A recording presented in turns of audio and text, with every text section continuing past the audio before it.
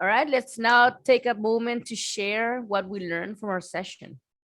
This is the Agile Advanced team, a little bit of everything actually here. So you feel free to share. Sharing is caring. We should have like a cricket sound or something when you I say feel it. like I've been talking too much. That's why I haven't been talking. Nobody not gonna talk. Yeah, there's Conrad, Karen, Maru's just chilling. He's writing, probably writing a thesis or something. Um, Oh my God. Michael. Anybody want to give us a synopsis? Maybe someone who hasn't spoken, because I'm not gonna be speaking because I already Yes, spoke please. enough. How about Moon Guy? There you go. Well, Or I no. did speak earlier, but sure. To go back to the initial point we were speaking on, with the question that Taz asked about having the hard part is remembering back to where That's remembering the topics we discussed. how to install culture, a culture of continuous Yeah, improvement. yeah. How to install culture. Got some good information on that. Some additional ideas from some of you guys. It was informative. It was informative. Um, I head somewhere else right now, so I'm a little off. But that was the thing that really kind of stuck out to me. I'd like to say something, and I didn't get to contribute, I'm sorry, in that little discussion too much, but another way that I think to install culture is, of course, I know somebody said top down, but I think we have to look at the fabric of the organization and how they respond to um, all the attributes of their whole organization, like who's part of the teams, what do the teams look like, how they interact with each other, how they interact with others outside an organization. I think if you want to have continuous improvement, it's something that you always have to do a lot of introspection, looking at where you are, how you're presenting yourself to the world. And I think that is kind of how, and then of course, what your leadership is saying. I think it definitely has to be top down, and that's kind of the only way you could improve on continuous improvement in an enterprise. Culture. Everybody's culture is different. Everybody comes from different places. It's just a matter of respecting, utilizing emotional intelligence, and having empathy. And that has to spread out through the whole organization. For that extra feedback. That's good to have. Thank you.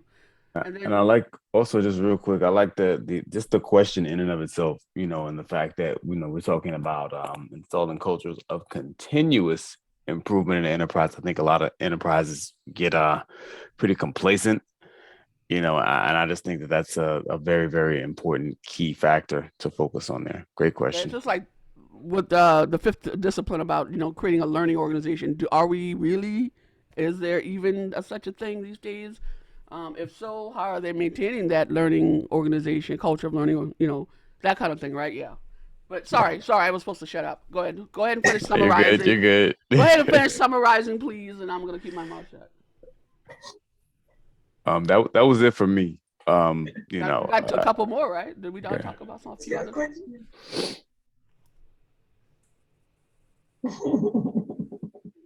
There was a second one. It was a good topic, right? What was that second one? What's the second one? Go ahead, Joanne. Speak up. How to yeah. Joanne, Oh, Joanne's trying not to talk. oh, Maybe the she's the by herself. second one had to facilitate the sprint. Awesome. Yeah. Oh, this one, what I learned, Marcelo gave us a lot of feedback. The PO should be running the show because this is should be the PO babies, the sprint review to collect all the feedback.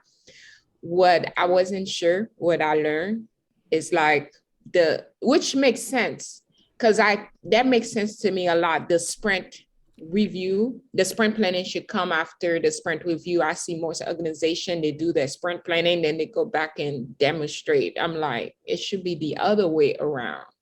So I get great clarification from that, which makes a lot of sense. It's not Repeat that. a demo, it's a review, but Organization that you work at, they say it's a demo, but it's a review. Yeah, repeat after me. It's not a demo. That's Yeah. what Marcelo was. Not a use my demo. best It's Arnold not a Schwarzenegger. demo. Thank you. It's not a demo. And really, PO should come prepared for that meeting, right? Oftentimes they don't come prepared. You got to help them come prepared. And what I'll bake your noodle is by saying, and I didn't say this in the breakout room, is should the stakeholders not come prepared as well? Yeah, they Should should. the Scrum Master be helping them prepare for the sprint review as well? And are you talking about prepare mindset wise, or is it prepare having certain information in front of them? What do you mean by prepare the stakeholders? Yeah, I'll choose D, all the above. All of the Yeah, mindset as well as having. correct.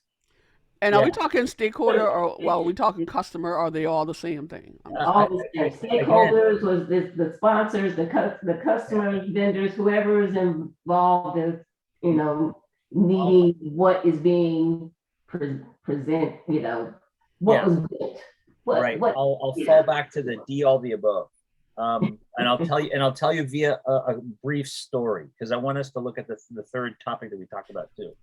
One of the things that I would do, and I would instill my product owners to do, is we actually created a simulated environment for our customer at the company.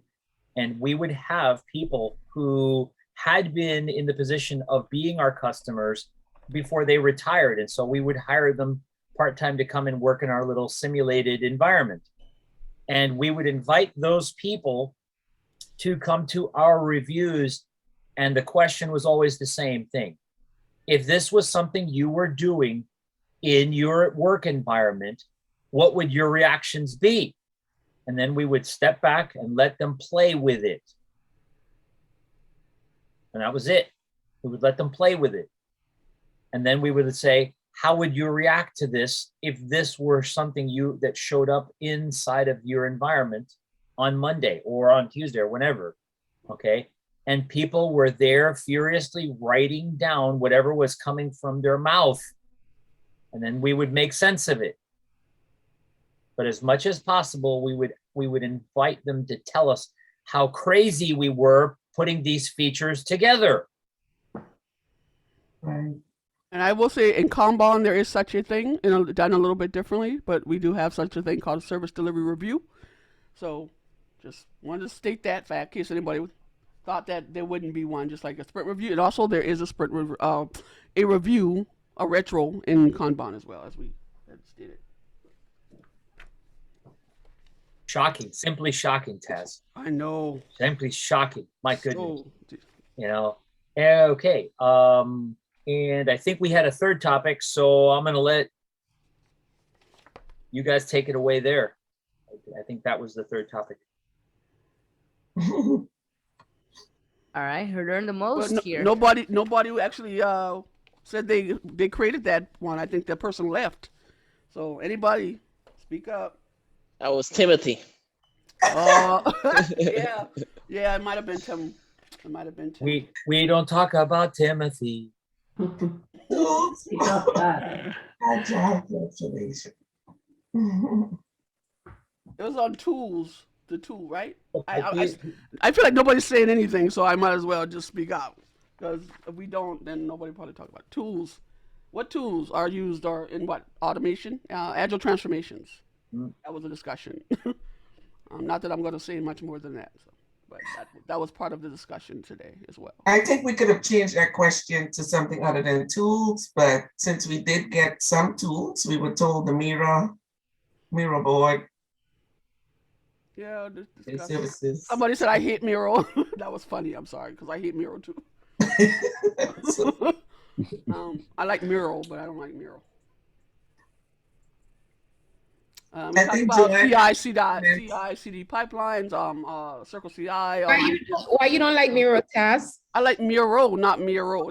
I don't like Miro. I like Miro. I know MERO. why you don't like MIRO. I just don't. I don't know. It's something about that tool just drives me nuts. I guess the way you click the functionality, the buttons. When I you just first start learning, it's don't like annoying, it. but then after that, you get used to it. It has some great template, great Why tools, we? and Yeah. encourage team collaboration. Yeah. I mean, I think. I mean, again, I use the Miro, the other version. I just don't. Yeah, I just don't use the It has MERO some version. great I templates. think Michael Wagner wants to say Oh, something. go ahead, Michael. Sorry. Yeah, no problem. I just wanted to say that for me, I am a regular user of Miro, and I find it to be the most painful tool that I have ever come across. And in fact, I personally, every single time I use it, I think to myself, the developers of this tool should all actually be shot. And I wonder, Oh, gosh. Whoa! I personally Whoa! wonder, Don't hold back. I personally wonder if they have ever bothered to ask a user a single question about the features that they add and don't add, because it's revolting. Simple as that. It's terrible. Okay, I won't go as far as Michael, but as a heavy user of Miro, because I was using it before, and you're obviously using it now during the pandemic, the great unpleasantness, and still continue to use it to this day. As a backup for your good old sticky notes and flip charts. My pain there is stop moving where things are. Thank you. I was happy where they are. Stop moving things around in the user interface. The Okay? problem is that a lot of Yes. that is inadvertent. It's inadvertent movement, and that's one of the problems. And I've been using Miro with a bunch of software architects for the last year and a half, and I can tell you that my role has What's been behind to you? is to grab thank you. Oh, I'm getting spoiled. Right. Thanks. But I've been using it to take snapshots of user case workflows and all that sort of stuff. I mean, gee, the difference between 31% and 31% is quite large, actually. A good few pixels, for example, which is disgusting. And so their scaling is out. And it's just a terrible product. Simple as that. You have to go through and you need to check all of the typography, scales, etc., to ensure that it's actually even readable when you finally get to do your final image and blah blah blah blah. So it's actually just not great. You just gave me a great idea of inviting another friend and another Scrum Alliance old timer who now works for a company called Lucid. And if anybody's done diagramming, Yep. There's a tool called Lucid Charts, Charts. which is an alternative to Visio. Well, it turns It's out open source, right? Actually, no, not really. Not open source. Okay. No. Can I just say something from a developer perspective that the best tool to use for anything like UC workflows and stuff like that has got to be something like UML. And the reason for that is because UML provides you with an interface which is essentially like a programming interface for building images, and it gives you a full history of all of the changes that have occurred to that image and so on. So it's all about application at the end of the day. Right. And it's really important to bear that in mind. Something that you don't get from Miro, for example, is history of changes. So unless you go into the queue and just forget about that, it's not ever going to work. So what I was going to say, and it was just a simple recommendation, is consider that Lucid Chart also has a product now called Lucid Spark. And as I said, a friend of mine is their in-house Agile coach, working on the design of the product of Lucid Spark, which is their alternative to Miro and Mural. And I'm actually planning on piloting it where I where I work, the interesting thing about it is that they figured out a way of taking a Miro board, if you export it, and being able to import it into Lucid Spark. Interesting. So if Okay. you've built a bunch of boards in Miro, M-I-R-O, it's possible that Lucid Spark will make sure that you don't lose them and give you a little bit nicer interface. So, you know, the only downside is a little more expensive than Miro is. So, but have yourselves a look. I figured I'd share that with you, Appreciate that. you know.